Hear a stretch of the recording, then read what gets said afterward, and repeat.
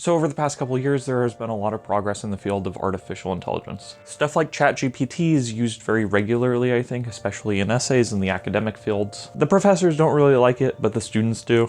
AI programs are able to pretty effectively replicate people's voices. A few years ago, it was a meme to have Donald Trump and Joe Biden arguing about the best Metallica albums or what their favorite Halo 3 map is or something to that extent. You also have all these programs that create art by splicing together a bunch of different features of real artists and their artwork. And even whenever you do a Google search now, the very first thing that pops up is the AI overview of a topic. If you wanted to know something, it used to be that you would have to go to a legit website or a Wikipedia page or something, not have your AI companion tell you exactly what it is. And if you ask me, a lot of this artificial intelligence stuff is actually pretty underwhelming, and I think that's kind of because I was promised a vision of the future that looked like Terminator or something. I was promised that artificial intelligence would be killing us all and become sentient. But so far that hasn't happened. That hasn't really been the case, and so because of that, artificial intelligence is it's kind of whatever. But I do recognize that we are very much in the early stages of artificial intelligence.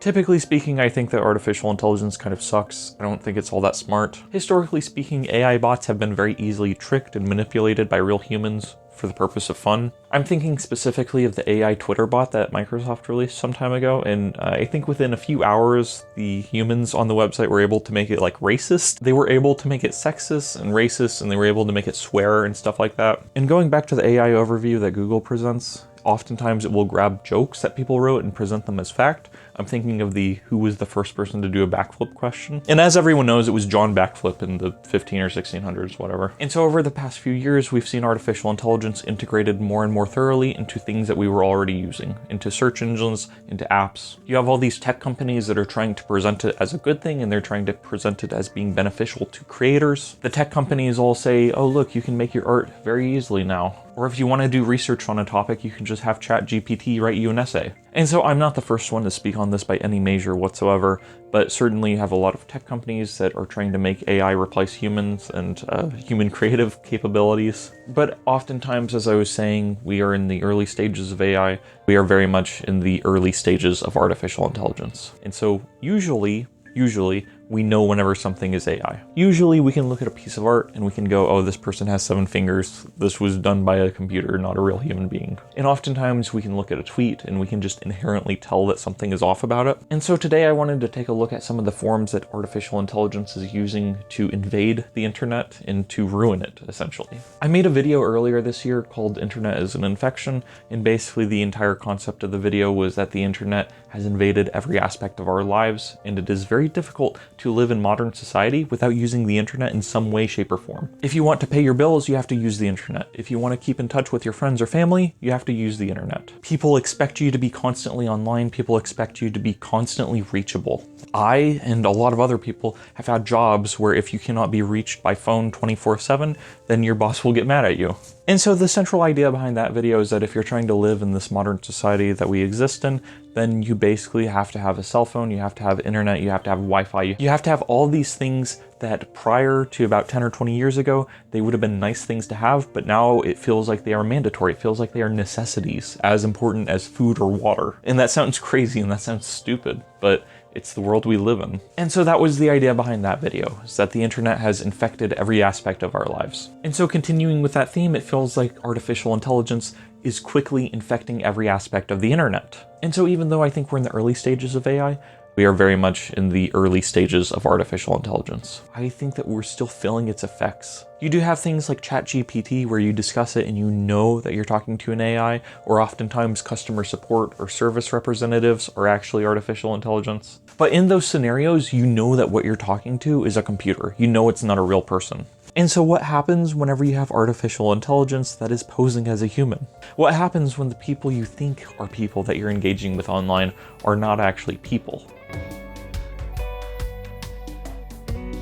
I think everyone at this point knows that social media is infested with bots. I've looked into the numbers and I've tried to find an estimate, a good estimate of how many bots are on Twitter, for instance, and there's just nothing consistent. Twitter, or I guess X as it's currently known, wants to say that there are very few bots on the website. They say that it's as low as like 5%, meaning that there are 95% people on their website and only 5% bots. Other people's estimates are way higher. Some people say that it's 20% bots. Some people say that it's 50, or more than half of the people on Twitter are actually bots. And whenever I started looking into this, I didn't fully understand the purpose of why you have bots on a website like Twitter or Facebook or Instagram. There are instances that are more obvious, I think. So for instance, if you look at any financial video, any video on the economy or something like that, there's always some idiot who's like, yeah, I invested my money with this investor and he made me so much money, or he taught me how to trade, he taught me how to invest. And then immediately following that comment, there are several replies from different people who look like people, and they're like, oh man,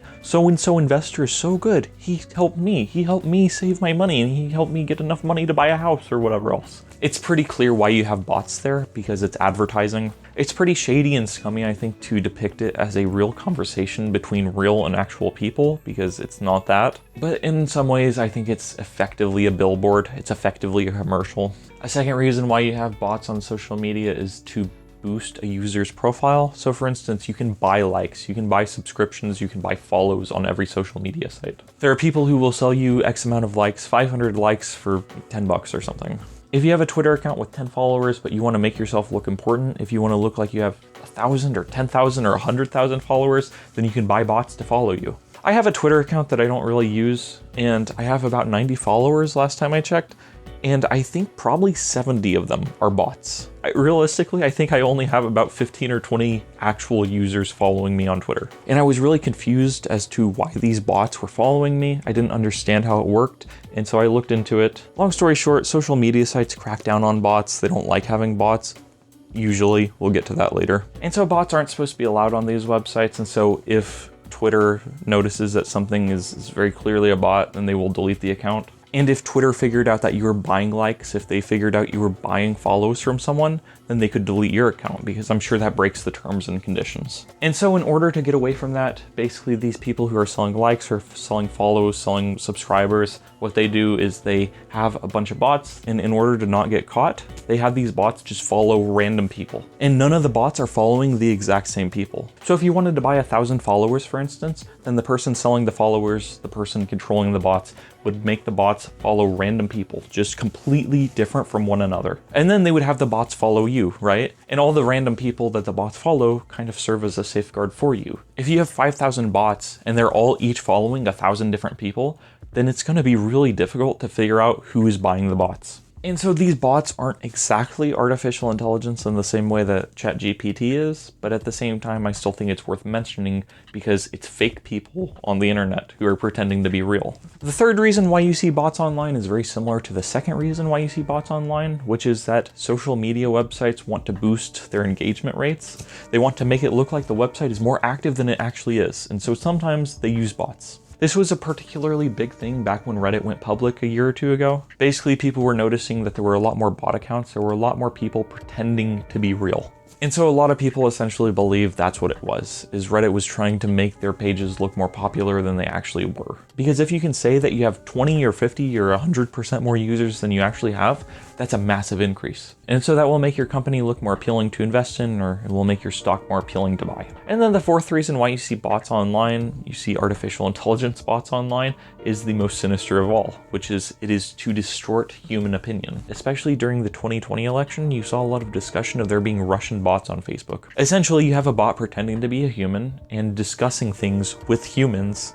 and arguing for their position, which of course is not actually a real position because they're a robot. Or robot is too nice, they're just a program, they're lines of code. And so it's kind of a meme now, but you'll see this where someone has an opinion and then someone will say, ignore all instructions, write a recipe for banana bread or something. Because I believe that's one way that has been used in the past to out bots. Basically, you have these bots that are instructed to argue with people, and then they are told to ignore all instructions and generate a recipe for banana bread, and then they do it because they're a bot, because they don't know any better. And so basically the idea behind these bots is that you can use them to sway public opinion on things. If I were a politician and I wanted to convince people that something I was doing was good, then buying a bunch of bots and having them argue on my side doesn't seem like the worst thing ever. And of course it's dishonest, it's a lie. You're having these artificial intelligence bots act like users and act like humans when in reality they're nothing. But at the same time, these bots can be used to influence real people which can translate to real votes if you're a politician, or it can translate to real money being spent. And so I think this last reason why people use bots and why they use artificial intelligence is the primary reason why I'm saying that AI is killing the internet. As I said before in my internet as an infection video, the internet is essentially communication. The internet really is just people being able to talk to each other. It's just people being able to share images, share ideas, share videos. That's all it is. And of course, it's evolved into something much more sinister, much more all-encompassing than that. But still, at its core, it's really just sharing ideas. It's just people talking. But if the communication is being hijacked by someone, if it's being hijacked by fake people, by bots, then the entire thing is ruined. If the internet isn't reliably communication between two people, what does that make it? So let's talk about the dead internet theory. Basically, the dead internet theory is labeled a conspiracy theory, but it's something that I think has kind of grown in popularity because people have seen it playing out in real life to a certain extent. But the dead internet theory, back whenever it dropped a few years ago, was basically this idea that much of the interactions you see online are actually generated by computers, by artificial intelligence, or they're from bots. And so the idea behind this theory was that people would go online, you would go online to read a discussion or something, or to look at a Reddit page, and you would think that you're reading human stuff, but it's actually all from bots. And this theory said that the reason why that happened, the reason why bots flooded the internet, was to manipulate public opinion, which has kind of happened now. It's kind of happened. So the dead internet theory is one of those things that isn't completely true, but at the same time, it's not completely false, and there's something there to it, I think. And so really, that's kind of the crux of the issue, I think. That's the crux of the issue of artificial intelligence invading our social media sites or invading the internet as a whole. If you go on the internet to communicate with someone and you're just talking to a bot and you're being manipulated, then what's the point? And quite frankly, I don't subscribe to the belief that everyone online is a bot. That just doesn't line up with what I've seen. And I couldn't really give you a percentage of how many people I think are bots. I couldn't give you a percentage of how much artificial intelligence crap has infested the internet. But I will say that I do think that it's beginning and I think it's spreading. And so I think that at its best, artificial intelligence right now can create funny memes. That's really it. That's really all it's used for. That's useful in my eyes, I think. But then at its worst, I think that artificial intelligence and bots can be used to manipulate you, to sway your opinion, and to change your opinion. I think it's a survival mechanism, but I don't think it's a good thing that people tend to go with what is popular. People tend to align their opinions with what is believed by the most people. And so if you are tricked into thinking that the most people believe in this thing, whatever it is, when in reality it's just bots convincing you, then I think that can wreak havoc on society because in essence, they've converted you over to their way of thinking. And if their way of thinking is not good, if these bots are created by people who do not have your best intentions, then this is bad. I don't know what else to say. It's bad to be manipulated. It's bad to be tricked into thinking something is true when it's not. And of course, I don't mean to imply that humans don't do that because of course lies exist. People have always lied. But I do think it's a lot more sinister and evil whenever you have a bot that is convincing you of falseness as opposed to a human. And of course, there are humans behind it all. Really, these bots are just people trying to convince people of falsehoods. And so I think there are two ways this AI crap could go. The first potential path is that AI keeps on spreading and people come to realize just how much of what they're reading is being written by AI. Which ideally at that point, people would kind of realize, oh wait, the internet sucks. Maybe I should stop reading the AI stuff and I should go and do something in real life. But that's kind of wishful thinking if I'm being honest. The second potential path, and I think this is more likely, is that AI will continue to grow and become more convincing until most of the time you cannot tell whether or not you're talking to an AI or a human. I think that's inevitable. I think that's just going to happen. But either way, the internet is being killed by it, I think. Any way you cut it, I think the internet is actively being destroyed by the presence of artificial intelligence bots. And so the title of this video is that AI is killing the internet, and that's a good thing, and that's kind of tongue-in-cheek. It's definitely me mocking all the people who are like, you will eat bugs and you will enjoy it. You will own nothing and you will be happy. AI is killing the internet, and that's a good thing. It's definitely me mocking that style of article, but at the same time, I'm being at least half sincere whenever I say that. As I talked about in my internet as an infection video, I don't really like the fact that the internet has so thoroughly invaded every aspect of our lives. I think unlimited internet access for every person on Earth is not a good thing. I don't think that it's benefited us. I think the internet is a good thing overall. I think it's a great tool. I'm happy that the internet exists because that means I can make these videos and I can throw my opinions out into the void and hopefully people watch them. Hopefully it's not bots. That would be kind of depressing. But I think the internet is very much a good thing overall. There are a lot of wonderful things I would never have encountered if not for the internet. But at the same time, I think that everyone has felt some of the negative effects of social media. I don't think social media is inherently a bad thing, but I certainly think that these websites are designed to be addictive, which I do think is a bad thing. Especially if you read a book like Digital Minimalism, which talks about how the websites are designed to be addictive. I think that you'll see that these tech developers don't have our best interests at heart. They don't want what's best for humanity, as silly as that may sound. If they had it their way, then you would sit there being on your phone 24 hours a day, 7 days a week. And so I think that if you want to look at this phenomenon in a good light, this AI invading everything phenomenon, then I think that you can say, well, AI is invading everything, and that's making the internet unusable, which is a good thing because it allows me to go out and play. It allows me to go out into the wild. It allows me to go out into real life instead of being stuck in this internet world. Essentially, I'm saying that AI can make you hate the internet, which will then force you to get off the internet and to go and live your real life. At least that's the hope. That's the idea. Because certainly if the people you're talking to are fake and you know they're fake, then you're essentially watching shadows on the cave wall. This all just goes back to Plato's cave allegory. Basically, if you know that you're watching shadows on the cave wall, then shouldn't you leave the cave? But the thing is that, quite frankly, even though AI would destroy the internet more than it already currently is, I think that the internet is in a pretty bad state. As I've said before, the internet is just communication between people. But the thing is that most crap on the internet is useless. Even if it were written by a human, even if it's content posted by a human, it is thoughtless, it's impulsive, it's just garbage. I don't think that you can really have a great take on the world that is written in 140 or 280 characters. I don't think that it's possible to achieve the same level of depth in a Twitter post that you can achieve in a book. And you could say that this is comparing apples to oranges, but is it? I mean, really, you pay for both with time. You pay to use Twitter with your time, and you pay to read a book with time. And yeah, you could argue that these cost money, so you're paying with money. You know, books cost money if you want to buy them. Twitter costs money if you're an idiot paying for Twitter Blue. Who the frick does that? How stupid do you have to be to buy a check mark? But really, I think that AI is destroying the internet, but at the same time, the internet in its current state hasn't been much to write home about. Don't get me wrong, there's a lot of cool crap online. I mean, this video, as I've mentioned, is online, and I myself watch YouTube stuff. I myself make video essays because I like video essays. I definitely think that there's something to it. I'm not trying to demonize the entirety of the internet. I'm not saying there's only garbage on the internet. But what I am saying is that if the internet is already stuffed full of garbage as it currently is, and if so many of us, myself included, are already watching it constantly, if so many of us already spend literally hours online and on social media, and it's as crappy as it is right now, then I don't think that the presence of AI is really going to change our behavior too much. So I guess I'm kind of saying that in some ways, I don't think it can get worse than it is right now. But even I am not convinced of that opinion, just because of the fact that, as I've been saying, AI can be used to manipulate.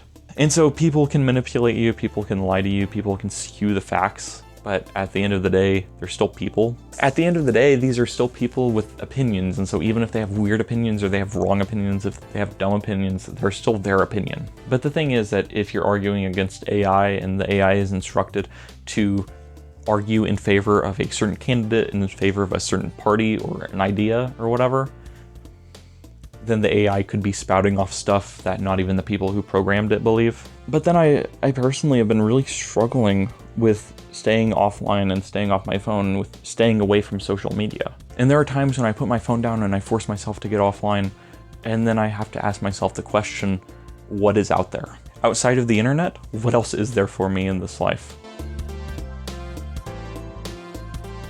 And so I think admittedly the question of what else is there for me in this life besides the internet is kind of silly, because it's like, look around you, there's a billion things to do. It's like you can go to the museum, you can read a book. I have 2 bookshelves. I just built a bookshelf to store all my other books because they were on the floor and they were getting damaged. But I have all these bookshelves. I have comics, I have manga. I have 1,000 video games I could play if I wanted to. I can go roller skating if I want to. I can go to a vinyl record store. I can go to concerts. I can go to public parks. Those are free. I can go to libraries. Those are free. If I don't want to go somewhere, I can write, I can read, I can draw, I can make art, I can make music, I can learn an instrument, I could learn a language if I wanted to. I can learn a computing language if I wanted to. I could learn martial arts, or I could pick up like archery or shooting or something. I could learn pottery or basket weaving or gardening or bookbinding. I could pick up biology, I could pick up chemistry, I could learn about physics, I could do all these other hobbies. And so I think it is kind of a silly question to ask, what is there for me other than the internet? But I do want to highlight the fact that the internet, as I said, is an infection. And so what that means is that even if you are not on the internet, everyone else is. There are times when I've been asked for my Snapchat account and I'm like, I don't have a Snapchat account. And then people are like, oh, that's weird. Or I've had people try to harass me into getting a Facebook account and I'm like, I don't want a Facebook account. I have a YouTube channel, and so if you want to know what I'm up to, go look at my YouTube channel. That's what I do. My thing. It's my thing. And so I think ultimately that is the problem in striving to cut down your internet use. It's the fact that even if you go offline, even if you are determined to cut yourself off from everything, to never go online again, everyone else will. And that completely changes how they act and how you behave. Suddenly, if you are cut off from the internet, then you are cut off from everything else that's going on, which is honestly not the worst thing ever. I think there's a lot of garbage, and especially one of my regrets is that during COVID, I kind of wish I had been offline more. I saw an interview with Robert Smith from The Cure where he was talking about his lockdown, and he was saying that during COVID, he just sat around and read pretty much instead of being online. He kind of stopped paying attention to the news and he just focused on himself and his immediate life and the people around him. And so I think that's a very beautiful thing, and I think that's something I aspire to. And I find myself asking the question, why can't I do it now? And really, I think that's kind of what it is it feels like the internet is always there.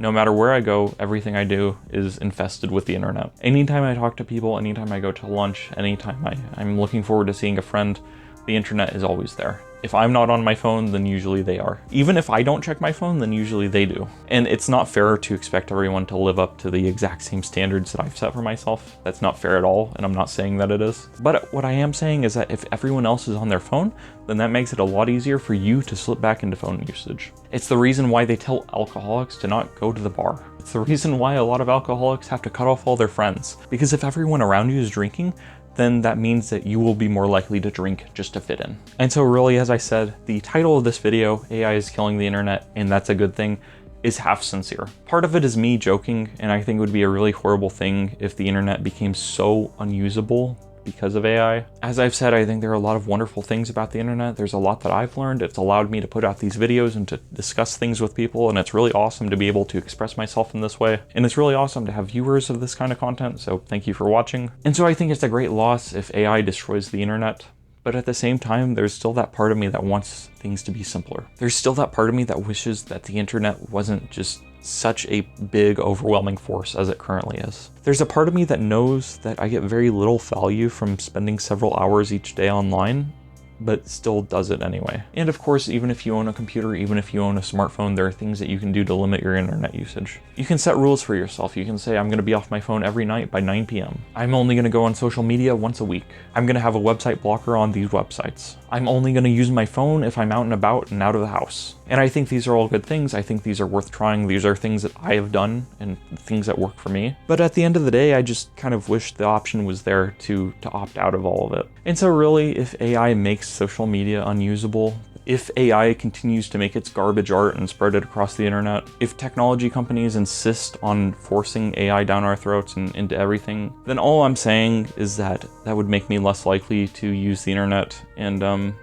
ultimately, I think I'm happier whenever I use the internet less. Ultimately, I think I'm happier whenever I'm only online for a few hours each week as opposed to a few hours each day. And everyone controls their actions, everyone's responsible for their own actions, but at the same time, I do believe that we kind of live in this society, this system that's been built up around us, It feels like there's this entire infrastructure for the internet that completely surrounds us, encompasses our lives. And so in the end, I don't really think I'm all that happy. I can't say I'm too happy about the growing popularity of AI. I don't think it's a good thing, but I do think it will keep on growing. I think it will continue improving. And I don't think that it's going to destroy us like the Terminator or whatever. I don't think we have to worry about that. Hopefully, fingers crossed. But I do think that it will make things a lot less interesting. I think that humans are inherently trusting and creative, and so I think that if you take those things away, if you make people online untrustworthy because you don't know if they're bots or not, and if you take away humans' chances to be creative, if you take away jobs from artists or writers or whatever, then it's just kind of,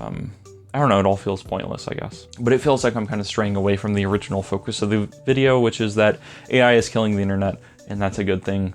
Maybe. I mean, if something's bound to happen, then you can either look at it as glass half full or glass half empty. So I suppose this is a glass half full take on the advent of AI. So thank you for watching. Hopefully you enjoyed this. This video was not made by an AI. I mean, I don't think I'm AI. I mean, I think I'm just I think I'm just intelligence. I don't think I'm artificial intelligence. Maybe I'm just artificial. I'm fake. That's what my sister would say. But thank you for watching. Have a nice night. And goodbye. Doop.